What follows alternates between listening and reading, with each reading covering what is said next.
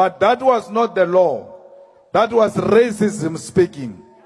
Magistrate Oliver is a racist of note. And she must know that in her sleep, that she's a racist. Before we continue with this full speech, the speech you have just watched was delivered by Julius Malema shortly after his court appearance, during which he faced a judge whom he accused of being racist towards him. For a better understanding of the full context, let us now listen to the speech by Julius Malema. The fact that today was not an easy day, but at the end of the day, the fighters emerged victorious because the ground forces have always stood firm behind the logo of the EFF. We want to salute you, the ground forces, for always being there since 2018 until to date. They thought you were going to be tired, only to find that you have an appointment with the future. And you are not going to be discouraged by a white magistrate who kept us here for so many years. She kept us here for so many years and comes back and blame us for disturbing the courts. We did not come to court on our own. She invited us to the court and we responded. You know, if you don't come to court, you get arrested. If you come to court, they say you are disturbing court. Therefore, you must go to prison for disturbing court. So we don't know what to do anymore. But that was not the law. That was racism speaking. Magistrate Oliver is a racist of note. And she must know that in her sleep, that she's a racist and she's possibly a member of AfriForum.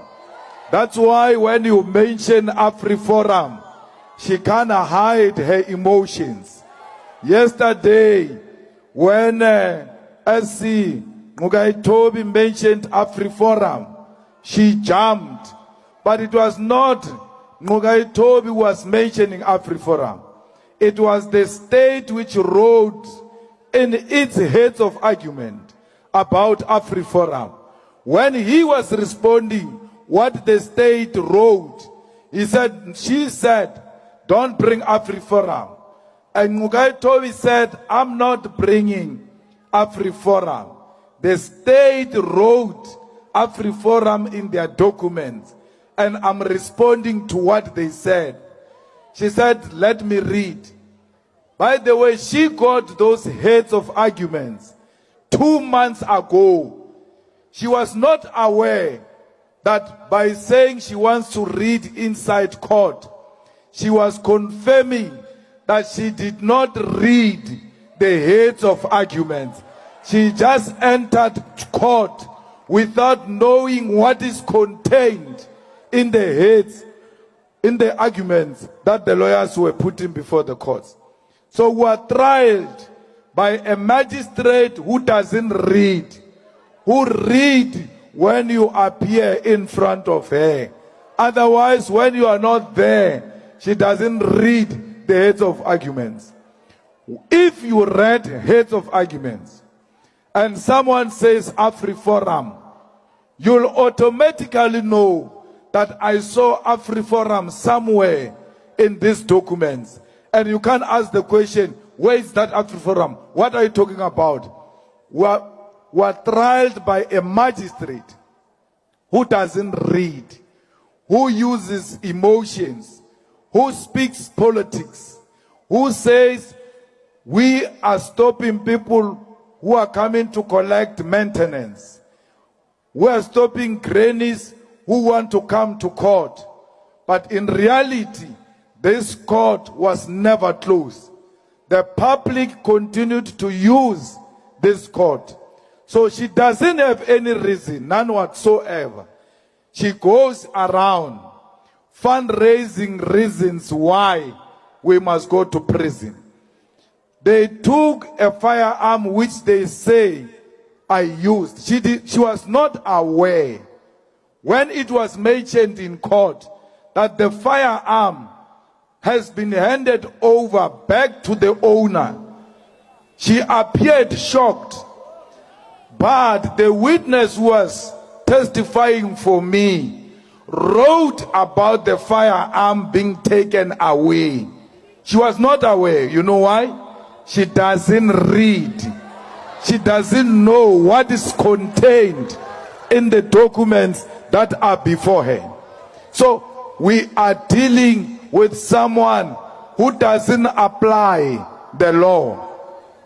The law, whether you hate someone or not, you have to answer the question, what does the law say on this matter?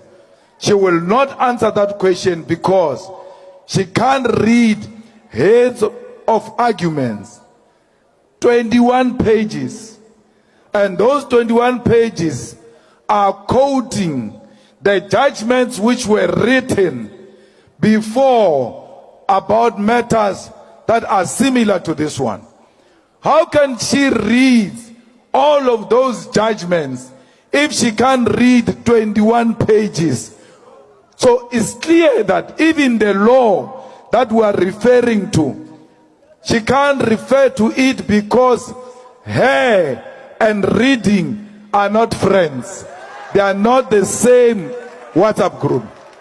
She's the most incompetent magistrate who read a judgment for 3 days.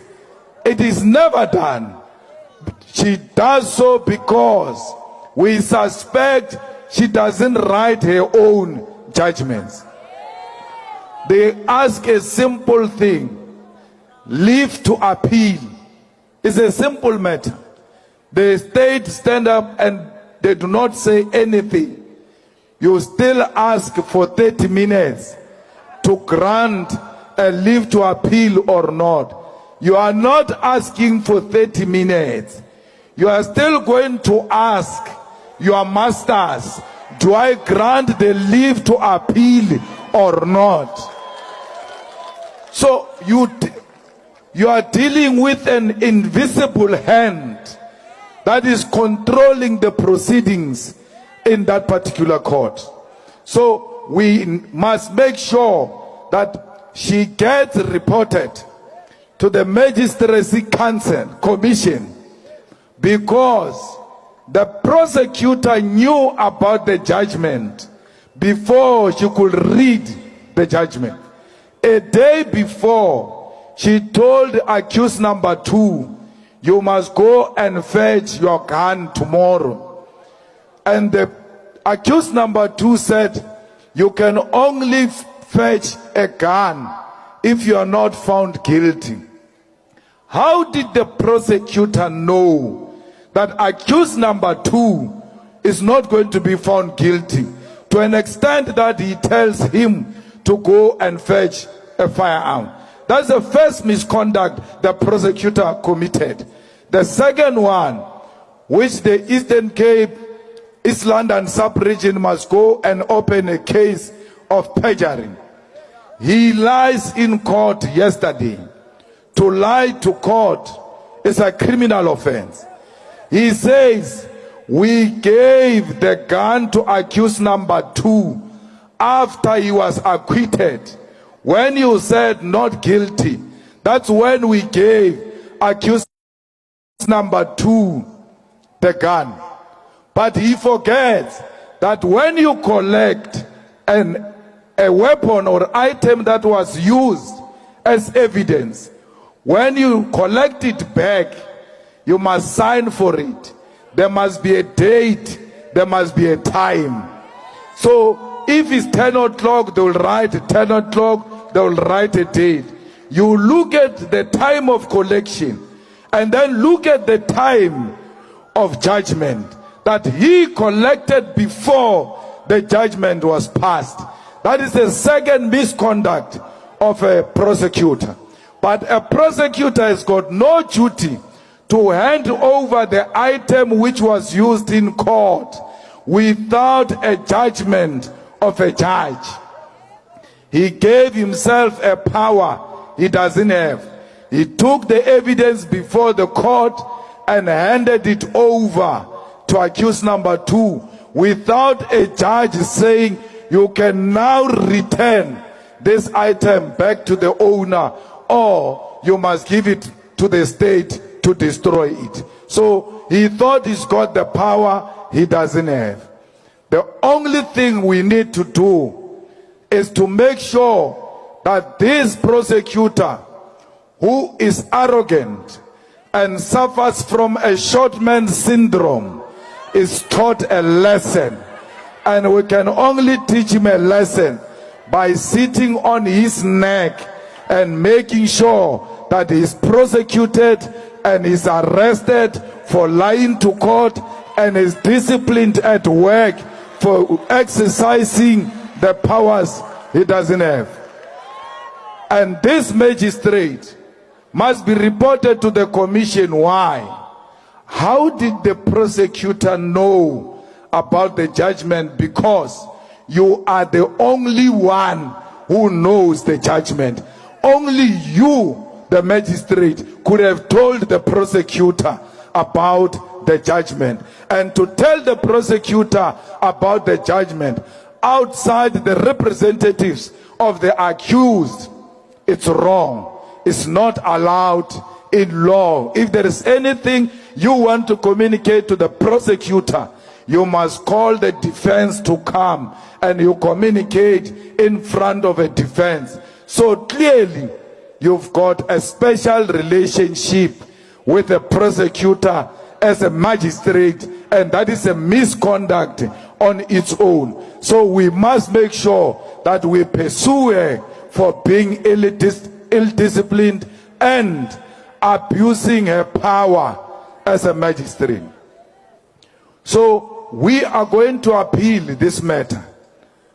We are going to make sure we go to Grahamstown and we are going to dismiss a judgment which was poorly read and which was poorly written.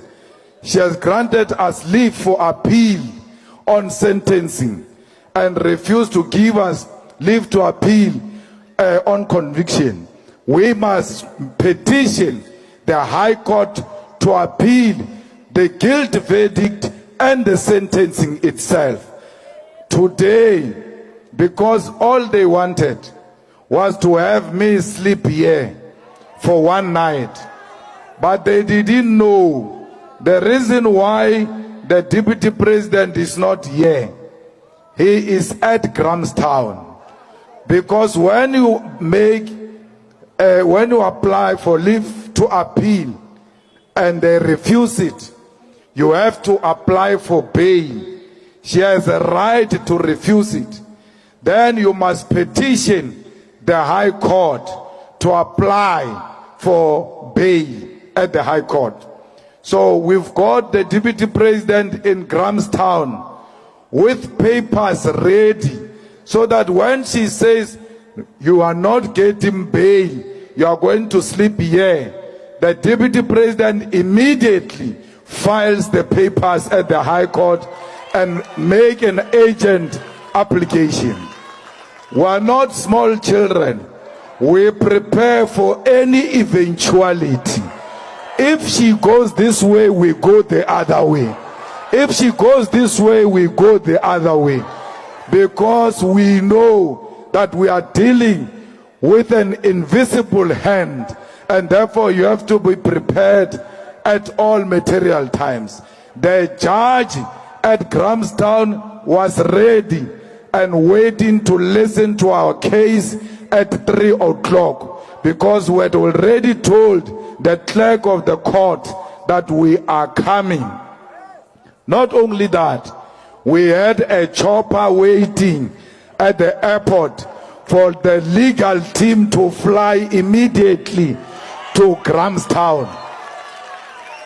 We are fighting the devil, and we must fight with everything. 2 minutes they must see you here, 2 minutes they must see you on the other side. That is the power of the EFF. We prepare from all the fronts because we are fighting the enemy, and the enemy is white supremacists.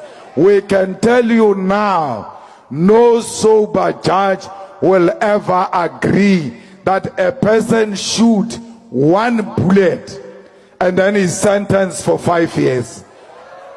It is because she has not read her own judgment to know that a reasonable, normal, presiding officer will never come to that determination. So, comrades, we are done with her. That's why when she said to me, you can leave now on a free bail, I looked at her and I said, bye-bye. Because I've seen her ugly face for too long. So I'm going, I will no longer appear before that ugly white face. I'm going to the highest court where they don't use emotions. They use the law. What does the law say? And apply the law. So we must not even look back. We are going forward. The campaigns of the EFF must continue business as usual. I told you when she found me guilty that I'm going to appeal until the highest court, until the constitutional court. So those who thought they will have me in jail, you must know I'm still around. I'm not going anywhere. I told you yesterday that tomorrow I'm going home with you. And that's what is happening. Wherever the enemy is, it's highly pained by the fact that we are going home. We did not even have to pay for a bail. They just said free bail, go home. So we are going home to work for the EFF. That's what home means. It means the work of the EFF continues.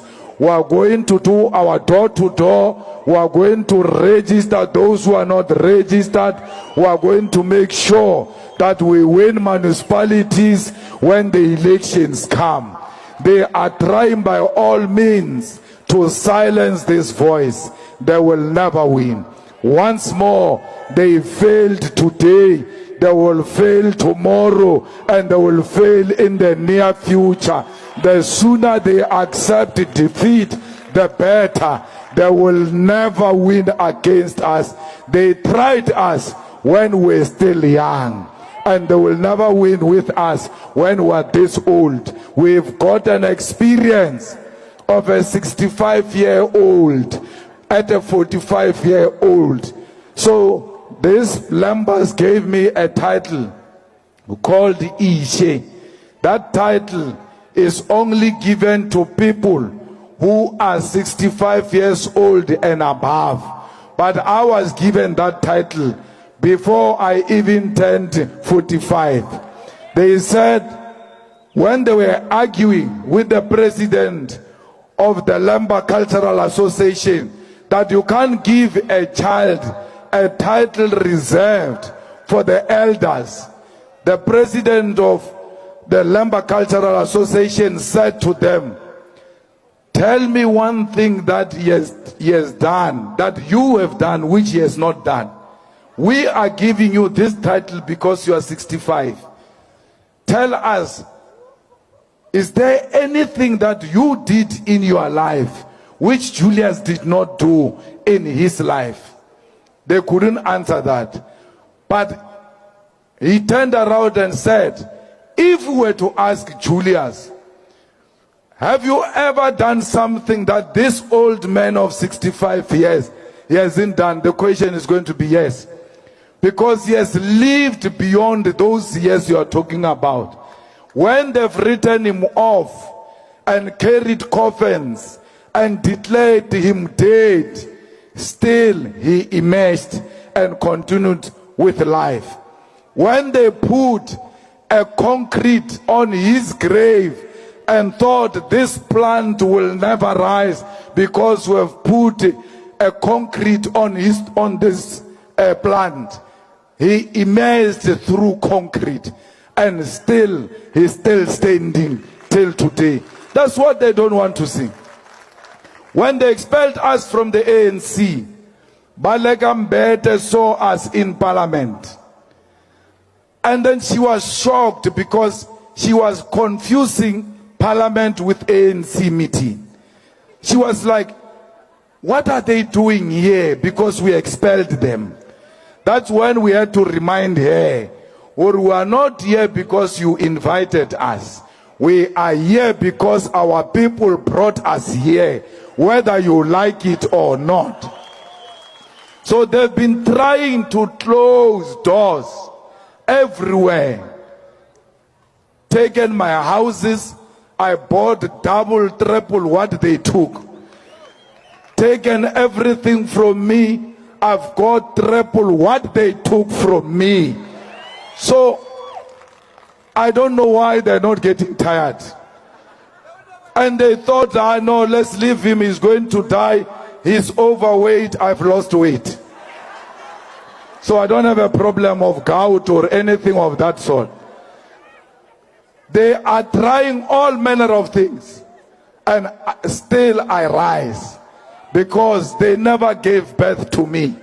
And no man or a woman who didn't give birth to me can determine my destination. My destination is in the hands of my ancestors. You fight with me, my ancestors will emerge. They have never failed me. That's why even today, when everybody thought it is done, my ancestors showed up and said, this one of ours, we are going back home with him. And we want to make sure that he returns home safe. So if you've gotten access to them, just tell them, please leave him alone. Because he's still going to emerge. When you finish him this side, he comes from the other side. I mean, you were demoralized and thought the EFF was dead when the sellouts were leaving the EFF. 2, 3, 4 people left. 700,000 joined the EFF after 3, 4 people left. They thought that those people formed the EFF. And those people say they formed the EFF because it was formed by you. Why didn't the EFF live with you if you formed it? Why is the EFF still alive after you left if you formed it? They did not form the EFF. The EFF was formed by the blood of the workers of Marikana. The EFF was formed by petrol attendants, by the domestic workers, by security guards, by the unemployed youth of South Africa, by the students of South Africa who wanted to be registered, and only the EFF could register them. The EFF was formed by the poorest masses of our people. It doesn't belong to us. It belongs to the future generation of African children, because this is the only weapon they have to fight racism, to fight poverty, to fight unemployment, to fight inequality. So no one, no individual must ever claim they formed the EFF. You want to know who formed the EFF? Just go and look at that mountain in Marikana. You will have a sense of where does the EFF come from. The EFF does not come from a village called Mahonisi. It comes from Marikana. That's where we owe our existence to the people of Marikana. We owe our existence to the widows of Marikana. We owe our existence to the children of those who were killed in Marikana. And for as long as the workers are still receiving lower wages and they are still fighting for their rights, the EFF will still exist, whether I like it or not. The EFF is spoiled of choice. You must go and look at the parliamentarians of the EFF. They are the youngest. The rest of other political parties are led by Abu Gogo Nabumkur. Only the EFF has got Naledi Chirwa in parliament. The rest of them have got Sisisi Tolashe. So, once you've got the young on your side, you are guaranteed of the future. We are not a veterans league. We are an organization of young people, very energetic young people, and the future looks bright because we've got Telonzi, who is in parliament fighting for the rights of the people of South Africa. We've got all of you here. Even if you kill Malema, another Malema is already born. That Malema will emerge and take the EFF forward. So we want to say to the police, you are here in your numbers, in your uniform instruction, because you're not supposed to be here. You're supposed to be in the office of Oscar Mabuyan because he stole masters at Fort Hare. That's where you're supposed to be. You're supposed to be on the streets fighting criminals who are raping women out there. But you are here. There was another one inside court, many of them wearing masks. I was like, why are you wearing masks? Are you that ugly you don't want us to see your face? They must stop sending police to destabilize the proceedings of the court and blame the EFF. They must blame themselves and the police. Why do you bring a special force of police inside court? Majority in that court is old people. The young people are outside. You bring policemen, highly trained, to go and guard this old man who's walking with a stick. Or this, what can this old man do to that old judge? The only thing he can do is to take this stick and point at that judge. So tall and so taller one day. But you bring a special task force in court when there is a problem of extortion in Umtata, when there is a problem of gangsterism in Gqeberha. You bring police and want to complain about state resources instead of using the resources of the state effectively to fight crime in the Eastern Cape where our people are being murdered. Some commanders do not apply their mind. We were in an ad hoc committee. You remember the EFF shutdown. Police spent 80 million to stop an EFF shutdown. EFF shutdown was a constitutional peaceful protest. How do you spend 80 million as if you are preparing for war? War against your own people. War against the people who voted for the same government.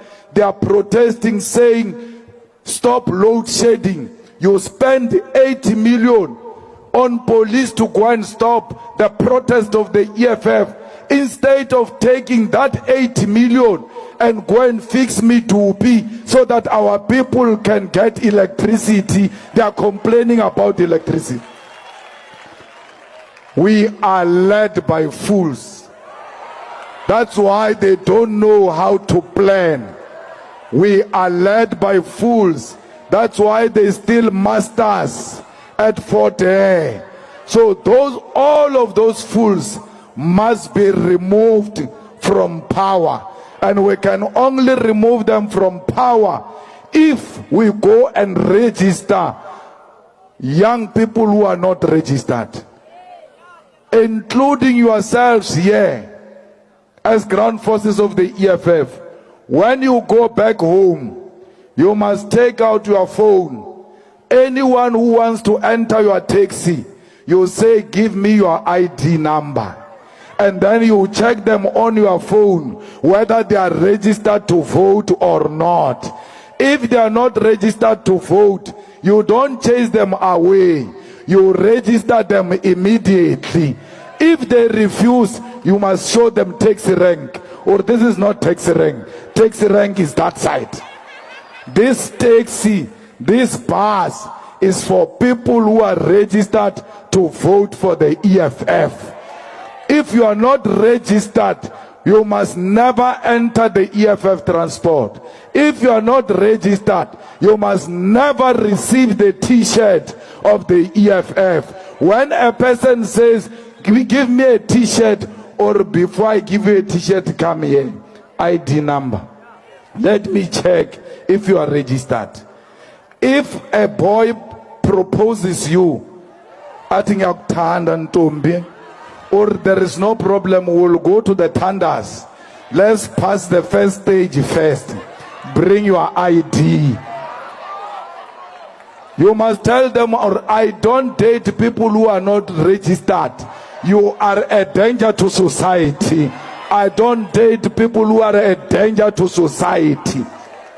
If you are a parent, you must say at home, before I dish up, bring your IDs. I want to check if you are registered, because in my house I will not harbor danger to society. So everyone in your family, your boyfriend, your girlfriend, your schoolmate, your teacher, anyone who want to touch your beer, you must pull it back. Hooray, wait. Fag ID number up. Fag ID number. Fag ID number. When we eat meat here in Eastern Cape, because you like meat too much, and every man goes to the meat with his own knife. Now we no longer demand your knife. It's your knife and ID number before utacha inyama. Ungaisiki inyama before ufaki ID number. Once you are not registered, uzoisika inyama. But let's register you first. Inyama ikhona igcwele, but we want to register you first. If he says no, or go sit on the other side. This is the side of registered people. These gogos who vote ANC here in Eastern Cape, you must make a plan for them. There are a lot of gogos. ANC still wins with a lot of numbers in Eastern Cape. Eastern Cape votes for ANC. The following day, they are carrying a coffin, crossing a river to the other side. Only you can stop that.